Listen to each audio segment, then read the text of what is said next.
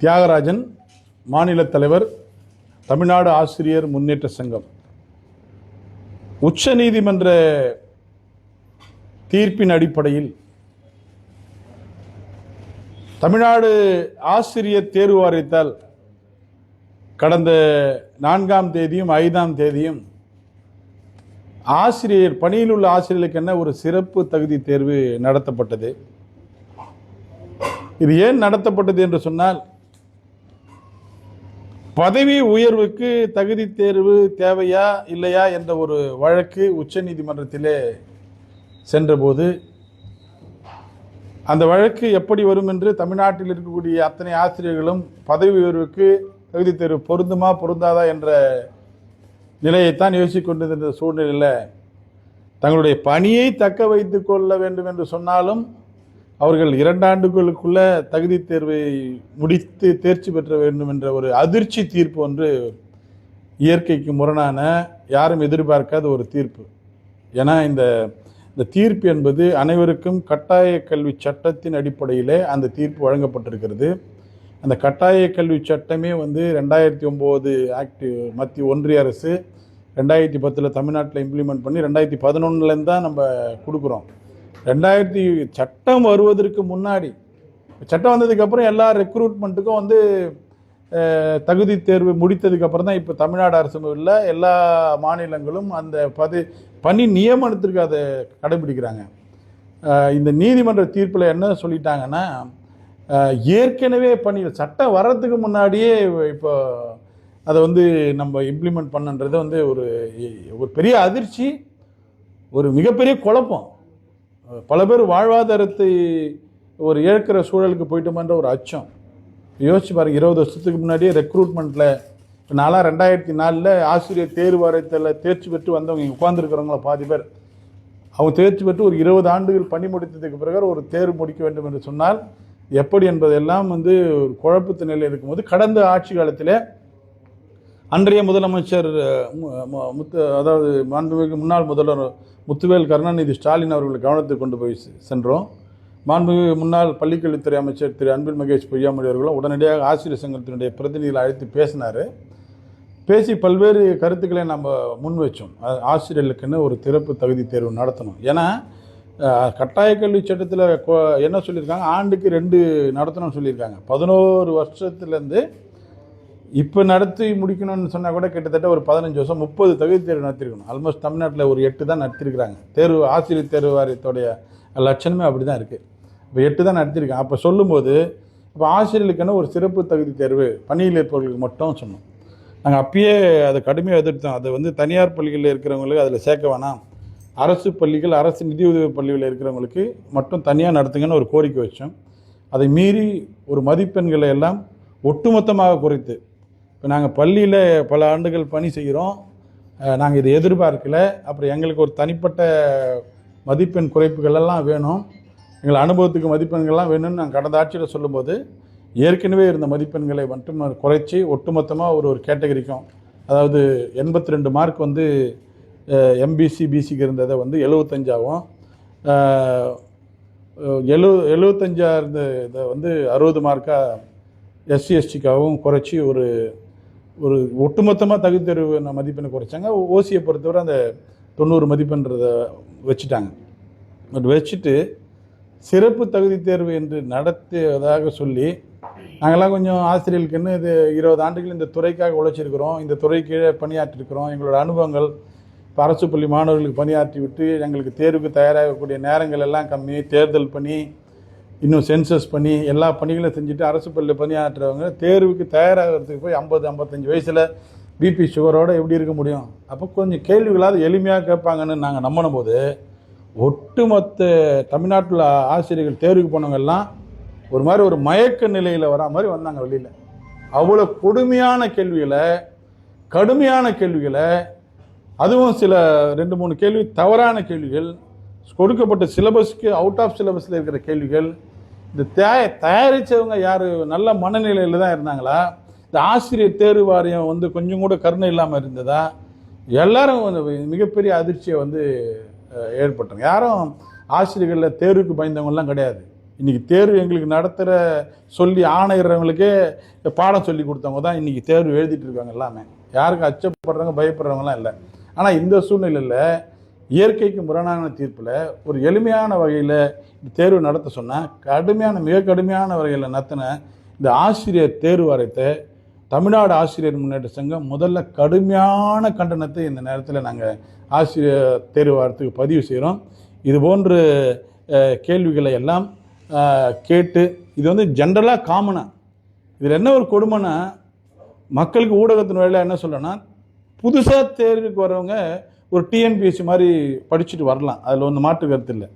ஏற்கனவே இப்போலாம் நான் ஒரு அறிவியல் வாத்தியார், நான் அறிவியல் பாடத்தை மட்டுமே 20 ஆண்டுமாக போதித்து வரேன்.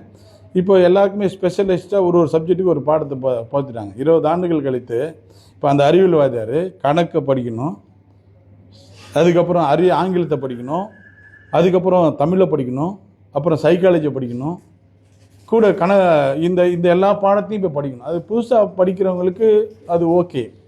பட்டு ஏற்கனவே 20 ஆண்டுகள் படித்தவங்களுக்கு எப்படி அந்த நடைமுறையும் மாற்றலை. என்ன ஓல்டு பேட்டர்னில் இருந்ததோ அதே பேட்டர்னே வச்சாங்க, அதை விட கடுமையாக வச்சாங்க. ஆனால் ரொம்ப பேர் கலக்கத்தில் இருக்கிறாங்க. ஒட்டுமொத்த ஆசிரியர்களும் கொதிச்சு போயிருக்காங்க.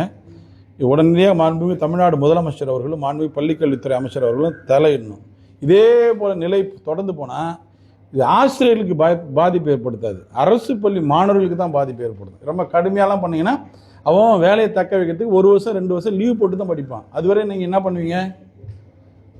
மற்றவங்கெல்லாம் லீவ் போட்டு தான் படிக்கிறாங்க. அது மாதிரி அரசு பள்ளி ஆசிரியர்கள்லாம் தேர்வுக்கு முன்னாடி ஒரு தேர்வுக்கு முன்னாடி 3 மாதம் லீவ் போட்டு படித்தா அந்த நேரத்தில் அந்த பள்ளிகளை கவனிக்கிறது யார்? அதெல்லாம் யோசிக்கணும். இந்த அரசு முதலமைச்சர் போர்க்கால அடிப்படையில் தலையிடணும். உடனடியாக இதுக்கு முன்னாடி இருக்கிற வாய்ப்புகளை எல்லாம் பயன்படுத்தணும். 2 எங்களை பொறுத்தவரை 3 வாய்ப்புகள் இன்றைக்கும் இருக்குது. ஒன்று, ஒன்றிய அரசு மாண்புமிகு பாரத பிரதமர் அவர்கள் தலையிடணும். ஒன்றிய கல்வி அமைச்சர் தர்மேந்திர பிரதான் அவர்கள் தலையிடணும். இது தமிழ்நாட்டோட பிரச்சனை மட்டும் இல்லை, இந்திய தேசத்துடைய பிரச்சனை. பல லட்சக்கணக்கான ஆசிரியர்கள் பாதிக்கப்பட்டிருக்கிற பிரச்சனை.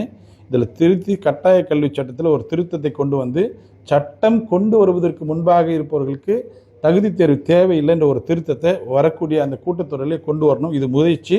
இதை நிச்சயம் முதலமைச்சர் ஒன்றிய அரசுக்கிட்ட வலியுறுத்தணும். கல்வி அமைச்சர் அதுக்குரிய முயற்சிகள் எடுக்கணும்.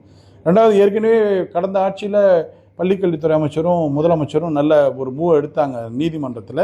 அது நீதிமன்றத்தில் அடுத்த கட்டமாக பெரிய பாசிட்டிவாக போய் முடியலனாலும் அந்த நடவடிக்கைகளையும் தமிழ்நாடு அரசு தொடர்ந்து கடைபிடிக்கணும். நீதிமன்றத்திலேயே இதை மார்க் இது தேர்வு தேவையில்லை என்று இந்த 2வது வாய்ப்பையும் பயன்படுத்தணும். 3வது, வேறு வழி இல்லை, இந்த ப்ராசஸ்லாம் லேட்டாக இருக்கிறதுனால தான் நாங்களே சரி ஒரு சேஃப்டிக்காக தான் இதை ஆசிரியர் சங்கங்கள் ஒத்துக்கிட்டோம். ஒரு 3வது முயற்சி சரி அந்த காலம் வந்துட போகுது, அதனால் இப்போ சொன்னோம்.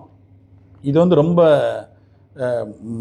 ஆசிரியர்களை குழப்பி மாணவர் பாதிக்கக்கூடிய சூழ்நிலை வந்திருக்கிறதுனால ஏனைய மாநிலங்கள், இப்போ வெஸ்ட் பெங்கால் போன்ற மாநிலங்கள் எல்லாம் ஒரு குறைந்தபட்ச மதிப்பெண்ணை டிஆர்பியில் ஃபிக்ஸ் பண்ணிவிட்டு அதுக்கப்புறம் அவங்களுடைய பணி அனுபவங்கள், அவங்களுடைய படிப்புகள் இவற்றுக்கெல்லாம் மதிப்பை கொடுத்து அதுக்கு பிறகு அரசு பள்ளியில் இருக்கிற ஆசிரியர்களுக்கு அந்த தகுதியை ஃபிக்ஸ் பண்ணியிருக்காங்க. ஃபார் எக்ஸாம்பிள் ஒரு 30 மதிப்பெண்கள் தேர்வுலையும் அதுக்கு பிறகு ஒரு கிட்டத்தட்ட அவர்களுக்குரிய அனுபவங்களுக்கும் அவங்களோட படிப்புகளுக்குள்ள மதிப்பெண்லாம் போட்டு ஒரு 55 மதிப்பெண்களை தேர்ச்சி மதிப்பெண்ணாக வச்சுருக்காங்க. அதுபோல் தமிழ்நாடு அரசு பள்ளி, அரசு நிதி உதவி பள்ளியில் இருக்கிறவங்களுக்கு ஒரு வாய்ப்பை ஏற்படுத்தி தர வேண்டும்.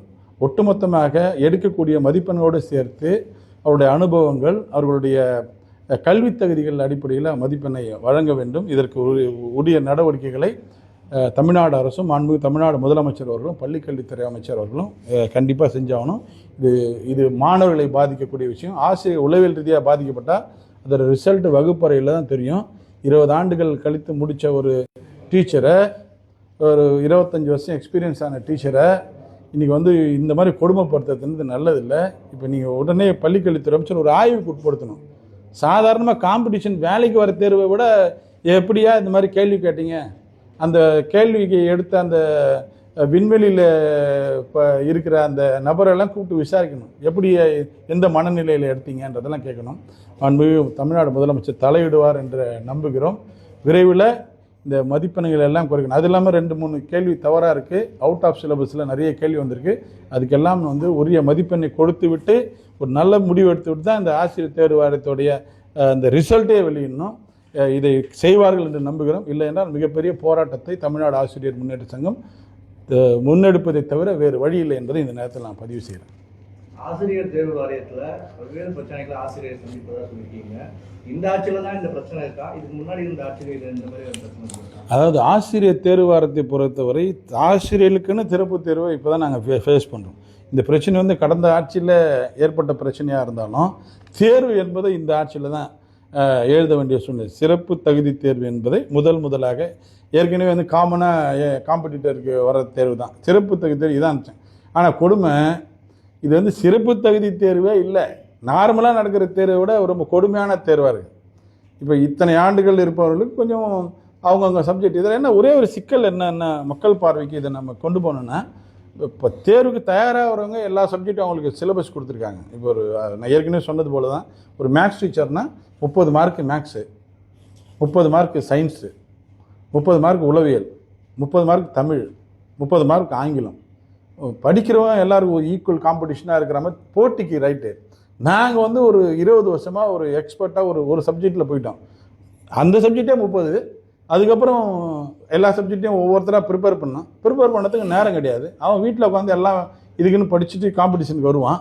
நான் போய் காலையில் பள்ளிகளுக்கும் போகணும், மாணவரை பார்க்கணும், தேர்தல் பணியை பார்க்கணும், தேர்வு பணியை பார்க்கணும், சென்சஸ் பணியை பார்க்கணும், எல்லாத்தையும் பார்க்குற தேர்வுக்கு தயாராகிற நேரம் எப்படி ஒரு ஈக்குவலாக வைக்க முடியுமா? அப்போ கண்டிப்பாக ஏற்கனவே ஒரு நீதிமன்றத்தில் உச்ச நீதிமன்றத்தில் ஒரு தீர்ப்பு பெற்றிருக்காங்க. நாங்கள் கேள்விப்பட்டோம். அரசு பணியில் இருக்கக்கூடிய மருத்துவர்களுக்கும் தனியார் மருத்துவர்களுக்கும் ஒரே பிஜியில் ஒரே மார்க் வைக்கக்கூடாது, ஒரு ரிலாக்ஸேஷன் கொடுக்கணும்னு ஒரு நீதிமன்ற தீர்ப்பு வந்திருக்கதா சொல்கிறாங்க. அதையும் இதை கன்சிடர் பண்ணும் கவர்மெண்ட்டு. அப்போ அரசு உதவி பெறும் பள்ளிகளில் இருக்கிறவங்களுக்கு நிச்சயமாக மதிப்பெண்ணை வந்து சாதாரண டேட்டை விட குறைச்சி தான் வைக்கணும், வேறு வழி இல்லை. மாணவர் நலனுக்கு இதை செஞ்சு தான் ஆகணும், வேறு வழி கிடையாது. தமிழ்நாடு முழுவதும் எத்தனை ஆசிரியர்கள் பாதிக்கப்படுறாங்க? கிட்டத்தட்ட ஒரு அரசு பள்ளி ஆசிரியர்களை பொறுத்தவரை ஒரு 2 லட்சத்துக்கு மேற்பட்ட ஆசிரியர்கள் இன்றைக்கி வந்து பாதிக்கப்பட்டிருக்காங்க. இதில் வந்து நாங்கள் ஸ்பெஷலாக சொன்னோம், நிறைய வலியுறுத்தினோம். அரசு உதவி பெறும் பள்ளிகளுக்கு மட்டும் தகுதி தேர்வு சிறப்பாக வைங்கன்னு சொன்னோம். ஆனால் இப்போ தனியார் பள்ளிகளையும் இதில் சேர்த்து விட்டாங்க. தனியார் பள்ளிகளில் வந்து அந்த நெருக்கடியாக இருக்க போகிறதில்ல. ஏன்னா அவங்க வேலையை விட்டு போயிடுவாங்க. இப்போது எவ்வளோ கஷ்டப்பட்டு தான் அரசு பணிக்குள்ள வர முடியும். போய் அரசு பணிக்கு வரவங்களை போய் கேட்டால் தெரியும். 20, 30 இப்போ 2014 தேர்வு எழுதினவங்களாம் இப்படி வருவாங்க. அவ்வளோ கஷ்டப்பட்டு வந்தவங்கள திருப்பியும் பழைய நிலைமை கொண்டு போய் விடுறது வந்து சரியில்லை. இனி வருங்காலத்தில் அரசு உதவி பெறும் பள்ளிகளுக்கு மட்டும்தான் சிறப்பு தகுதி தேர்வு நடத்தணும். தனியார் பள்ளிகளுக்கு வேணா தனியாக நடத்திக்கணும்.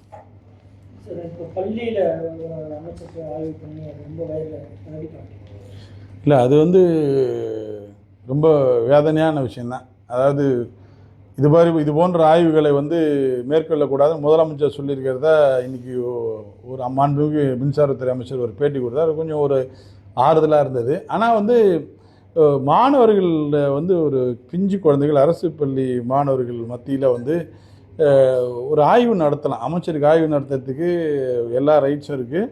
இல்லை அதாவது பிரதிநிதிகள் கூட போய் ஆய்வு நடத்தலாம். அந்த ஆய்வுகளை வந்து கீழே இறக்கிறது, சோஷியல் மீடியாவில் இருக்கிறது தான் வந்து ரொம்ப அந்த பொண்ணு அந்த குழந்தையோட முகமும் அந்த டீச்சரோட முகமும் அந்த சுச்சுவேஷனை பார்த்தா மனதளவில் பாதிக்கப்பட்டிருக்க மாதிரி குழந்தைங்களை அது மாதிரி பண்ணக்கூடாது. அதுதான் தவறான விஷயம். ஆய்வுகளுக்கு செய்ய போகிறதோ அதெல்லாம் தப்பு இல்லை. பள்ளிகளுக்கு ஆய்வு பண்ணால் போங்க, பாசிட்டிவாக இருக்கிற செய்திகளை வெளியிடுங்க. பாசிட்டிவாக இல்லாத செய்திகளை வெளியிடுறதுக்கு முன்னாடி ரொம்ப யோசித்து அந்த செய்திகளை வெளியிடுங்க. அந்த குழந்தையோட மனநிலை என்ன, இது அதான் வைரலாக அந்த குழந்தை எந்த அளவுக்கு மனநிலை லைஃப் லாங் போவோம். அந்த வீடியோவை எடுத்துட முடியுமா? அந்த குழந்தை வந்து அமைச்சர் சொன்னோன்னே பதில் சொல்லனா அந்த கொஞ்சம் ஸ்டஃப் இல்லை, அது கொஞ்சம் ஆகிடுமா? அந்த சூழ்நிலை தான் அதை டிசைட் பண்ணும் ஒரு ஆசிரியருக்கு. இது வந்து ஒரு தவறான நடவடிக்கை. ஆய்வு மேற்கொள்ளுங்கள். அதற்கு எந்த வித அதுக்காக சொன்னார். இந்த மட்டும் இல்லை, ஒரு ஜாக்டோஜியோட மாநில ஆய்வு பண்ணுறாங்க. எல்லா இன்ஃப்ராஸ்ட்ரக்சரும் கொடுத்துட்டு எல்லா நிலைமையும் கொடுத்துட்டு ஆய்வு பண்ண தான் அவங்க அந்த வேலையெல்லாம் செய்ய முடியும். ஒரு 1000 பேர் 2000 பேருக்கு 200 பேருக்கான இன்ஃப்ராஸ்ட்ரக்சர் கொடுத்துட்டு என்ன பண்ண முடியும்? அதை அவரே ஒத்துட்ருக்காரு. அதனால் வருங்காலத்தில் இந்த ஆய்வுகளை வந்து பார்த்து செய்வாங்கன்று நாங்கள் நம்புகிறோம். நீங்கள் பேசும்போது வேறு ஒரு மாநிலத்தில் அந்த ஒவ்வொரு கேட்டகரிக்கு வெயிட்டேஜ் சம்மந்தமாக மதிப்பெண் எடுக்கலாம், அது எந்த வருஷம் தெரிஞ்சுக்கலாங்க?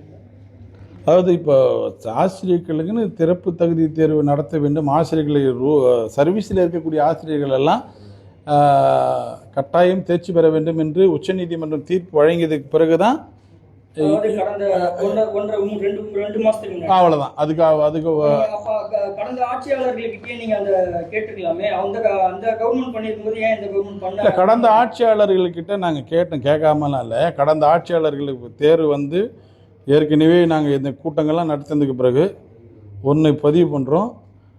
மதிப்பெண்ணை குறைக்க வேண்டும், அனைவர்களுக்கும் அனைத்து கேட்டகரிக்கும் ஒரே மதிப்பெண்ணை வழங்கணும். இன்னும் போனால் கேரளா போன்ற மாநிலங்களில் எம்எட் எம்ஃபில் பிஹெச்டி முடித்தவங்களுக்குலாம் தெட்டே தேவையில்லை, நெட்டு ஸ்லெட்டு முடித்தவங்களுக்கு தெட்டு தேவையில்லைன்னு இருக்குது. அதெல்லாம் அடாப்ட் பண்ணணும்னு நம்ம அதே தமிழ்நாட்டில் அடாப்ட் பண்ணணும்னு கேட்டோம், வலியுறுத்தணும். ஒரே மதிப்பெண் தான் வைக்கணும்னு சொன்னோம்.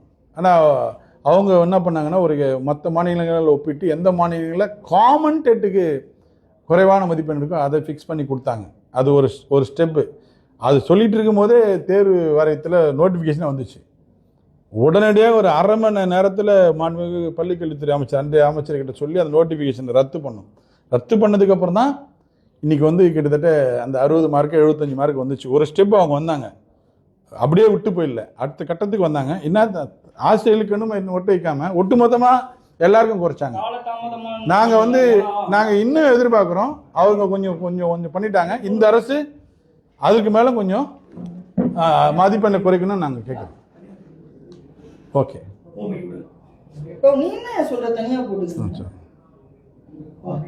சரி, ஓகே, நன்றி, தேங்க்யூ.